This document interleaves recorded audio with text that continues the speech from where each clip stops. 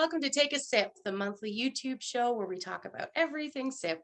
My name is Meaghan Morris. I'm a senior associate in the Community Investments Program office. And today I'm joined by none other than our SIP programs coordinator, Sam Kayuha. How's it going, Sam? How are you?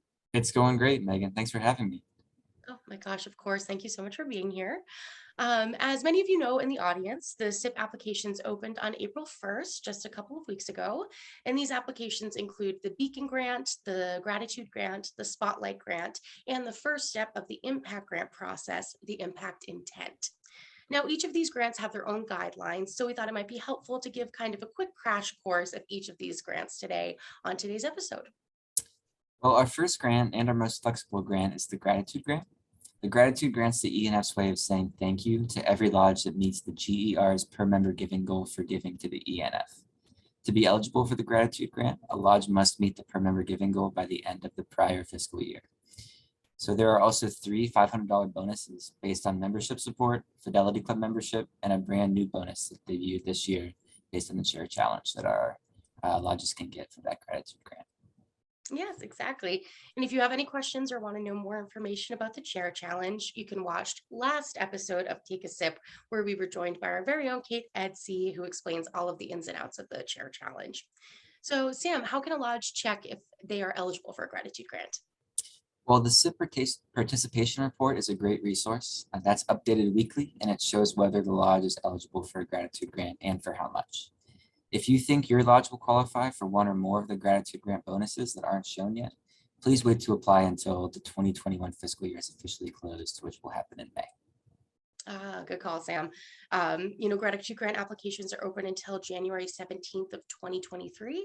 So your lodge has plenty of time, even if you wait a month, just to make sure that you have all of the bonuses and you're getting all of the funds that are allocated towards your lodge. Sam, you also mentioned that the gratitude grant is the most flexible grant. What kind of projects can it be used for? Well, there's a wide variety of projects you can use a gratitude grant for. Lodges can use a gratitude grant for an active project, like building a playground for children with special needs or assisting at an adoption day at an animal shelter. Or they can be used to donate directly to 501c3 nonprofit organizations. They can also be split among multiple projects, so the possibilities to help your community are really, they're endless. Oh, thanks, Sam. Now for the Beacon grant, this year we've kept a lot of the recent flexibility that we've seen in the last 2 years, but we did make some changes. Yes, most notably, Beacon grants have increased to $4,000. Yeah, exactly. So Beacon grants are now $4,000. That's the biggest change that we have for the Beacon grant this year. And they are again available to every single lodge. Usually the Beacon grant has to be active, lodge-led, ongoing projects. But this year, again, the flexibility to allow Beacon grants to be donations to past partner organizations or to organizations providing direct COVID relief, like food pantries or homeless shelters, is also in place. So this year, the Beacon grant can also be split between two projects. So what kind of projects can be approved under the Beacon grant? Well, the Beacon grant can focus on any population in need in your local community, and that can range from families living below the poverty line to veterans that may be struggling with mental illness to senior citizens who may be homebound. So in addition to those types of donations that I explained earlier, projects can range from assisting foster care children who are aging out of the system to even starting a community garden. We do love a garden project. Yes, they certainly have grown on us. But Sam, for the Spotlight grant, there doesn't seem to be any changes from last year, correct? That's correct, yes. The Spotlight Grant is still a $2,000 grant where a lodge can choose one of the 7 off-the-shelf projects that deal with issues facing every American community. 3 projects deal with veterans experiencing homelessness. 3 are about family literacy. And lastly, a COVID relief project allows for lodges to donate funds or supplies to organizations providing direct COVID relief to their community. And those are things like food pantries or homeless shelters. Exactly.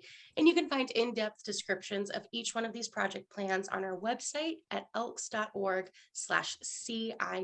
as in Community Investments Program. Otherwise, every lodge is eligible for the Spotlight grant, right, Sam? That's correct. Yes, lodges can also merge their Spotlight grant with the Beacon grant to increase their Beacon grant project to $6,000.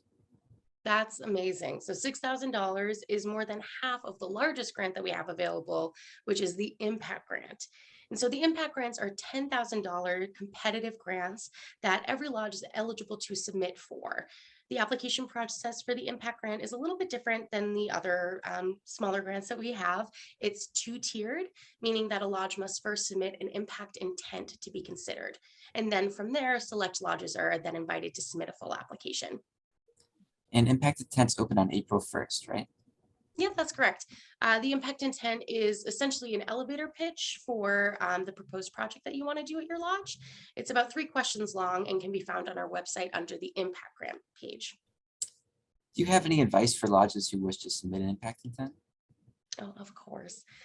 For impact grants, we are looking for large scale ongoing projects that the lodge spearheads that really tackles a niche issue that's facing your community. So the best advice that I can give any lodge that wants to apply for the impact grant is to contact me directly before you submit an impact intent. Impact intents cannot be edited once they're submitted, but if you call me beforehand, I'll be able to offer direct and personalized recommendations for you to help you shape your project. Impact intents are not due until April 15th, so you still have plenty of time to devise a project with your lodge and reach out to us for any advice we can give. Yeah, that's right. And we want to see the best grant projects possible, so we are always here to help. Again, the impact intents are due on August 15th, and the Beacon, the Gratitude, and the Spotlight grant applications are due on January 17th, 2023. We're going to have some webinars coming up soon, which we'll be sure to email all of your secretaries and grants coordinators about in the coming weeks. That goes more into detail about each one of these grants. And if you're not able to make the webinars, we will keep them online so you're able to access them at any time. But otherwise, we hope to see that every lodge applies for grants. So even if you have the smallest idea on how to help your community, give us a call or just submit an application. Thank you all for joining us for this episode of Take a Sip. This has been Sam Kayuha. And this is Meaghan Morris. We hope to hear from you soon and see your grant application soon.